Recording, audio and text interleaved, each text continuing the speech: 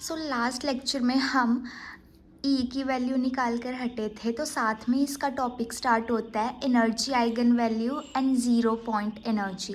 Basically यहाँ पे जो हमने ई की वैल्यू लिखी है 1 2 3 एंड सो ऑन, और हम एनर्जी आइगन वैल्यू को और दूसरा नाम ज़ीरो पॉइंट एनर्जी भी कह रहे हैं। ऐसा क्यों?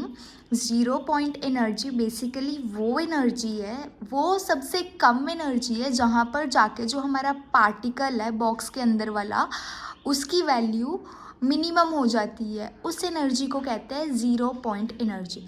बेसिकली जो ये ई एन है, अगर ज़ीरो पॉइंट एनर्जी से हम ये समझते हैं ई की वैल्यू ज़ीरो रखेंगे, एन की वैल्यू ज़ीरो रखेंगे, सो बेसिकली हमारा ई भी क्या हो जाएगा? ज़ीरो हो जाएगा। यहाँ एन की वैल्यू में ज़ीरो रखेंगे, ओवरऑल ज़ीरो, तो ज़ीरो हो जाएगा ई की वैल्यू। तो हमारे पास ज़ीरो पॉइंट एनर्जी हमारे पास ये नहीं होती। ज़ीरो पॉइंट एनर्जी होती है मिनिमम एनर्जी।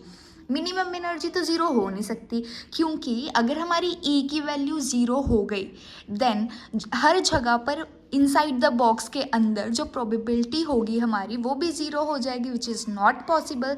सो इसलिए मिनिमम एनर्जी की वैल्यू हमारे पास 1 होती है। इसको ही हम कहते हैं zero point energy, minimum value. So, in quantum mechanics, n is equal to 0, not exist. So, put n is equals to 1. जब हम n को 1 डाल देंगे, E1, n 1 हो जाएगा, बाकी सारा एज इट इज़ आ जाएगा। सिमिलरली E2 डाल लेंगे, देखिए इसको हमने लिखा है ज़ीरो पॉइंट एनर्जी, और इसको ही लिख सकते हैं ground state energy. Done. Then जब हम n को 2 डाल देंगे, n को 2 डालेंगे, 2 का स्क्वायर इज़ 4 4 दिस, और जो ये पूरी टर्म रिमेनिंग टर्म बची ये क्या है? E1, तो 4 E1। सिमिलरली 3 के लिए भी ये कर देंगे। उसके बाद एनर्जी लेवल डायग्राम बनाएंगे जिसमें एनर्जी को हम यहाँ रिप्रेजेंट करेंगे। सो एक्स एक्सिस में हमारे नंबर्स आ रहे हैं, ठीक है। जब हमारी एनर्जी का E1 होगा, मतलब n की वैल्यू 1 होगी, ग्राउंड स्टेट एनर्जी और ज़ीरो पॉइंट एनर्जी। जब हम 2 डाल लेंगे n की वैल्यू को, तो वो थोड़ा सा ऊपर होगा, मीन्स 4 टाइम्स होगा।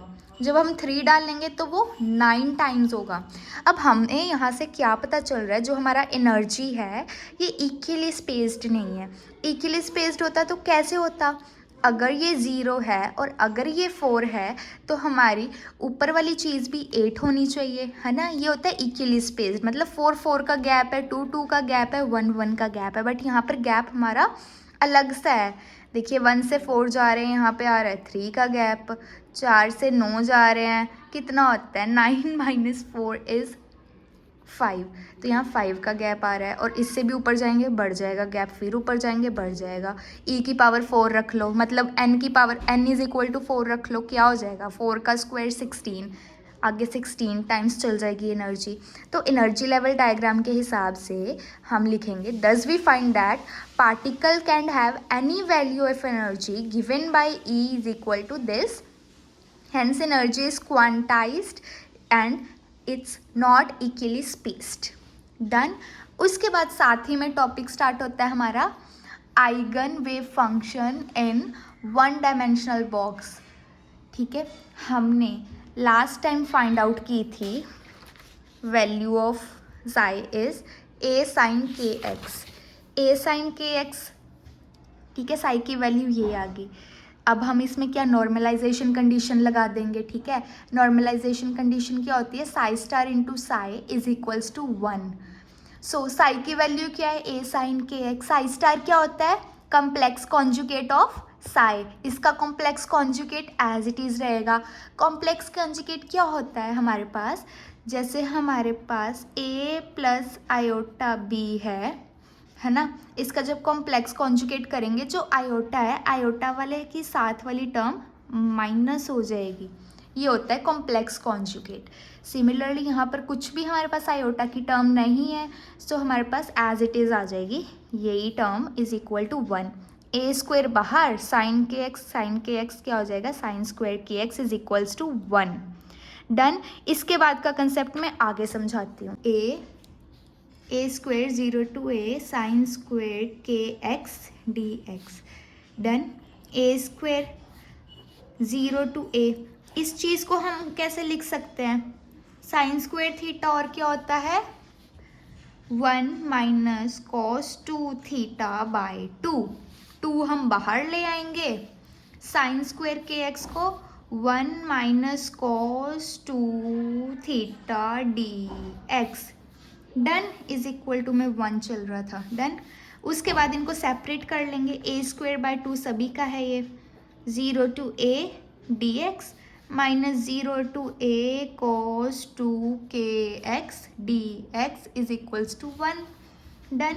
ए square by 2 final minus initial, क्योंकि 1 का क्या होता है इंटीग्रेशन ए होता है, सॉरी एक्स होता है, फिर एक्स में हम लिमिट पुट कर देंगे फाइनल माइनस इनिशियल, ठीक है।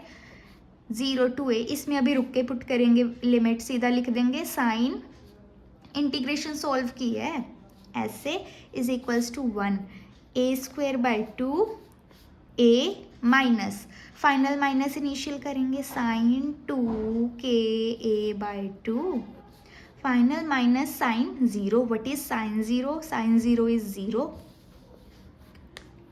A square by 2 A minus sine 2 k A by 2 के भी आना है, सॉरी माय मिस्टेक, क्योंकि इसका फंक्शन x है तो हम x के साथ वाली टर्म 2k थी तो वो भी लिखना था साथ में 1, ठीक है।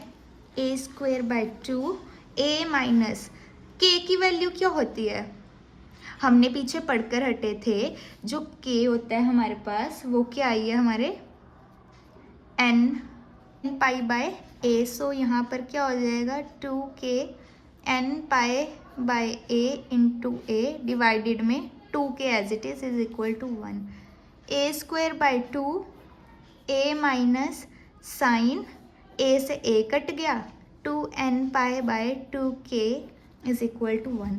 हमको पता है साइन 2n पाई क्या होता है, 0 होता है, so this is equal to this, क्योंकि ओवरऑल 0 बन जाएगा।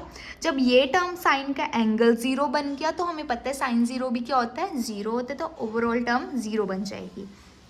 यहाँ से a की वैल्यू निकालनी है, ए स्क्वायर क्या हो जाएगा 2 बाई ए, सो a क्या हो जाएगा under the root 2 by a, यहाँ से a की वैल्यू आ जाएगी under the root 2 by a, ये देखिए under the root 2 by a. ऊपर हमारे पास क्या है psi x is equal to a sine k x, a की वैल्यू इसमें पुट कर देंगे root 2 by a sine k x, done. फिर के की वैल्यू हमें पता है एन पाई बाई ए, ये वाली नहीं है वैल्यू के की, ये है बट यहाँ पर ये यूज़ नहीं होगी, हमारे पास यूज़ एंगल वाली होगी, done. N pi by a x. Similarly अगर हम nth के लिए निकाल लेंगे तो यही टर्म आएगी, अगर हम साई 1 के लिए निकाल लेंगे n की जगह 1 लिख देंगे साइन पाई एक्स बाई ए, 2 के लिए साइन 2 पाई एक्स बाई। तो बस आज के लिए इतना ही, thank you so much for watching.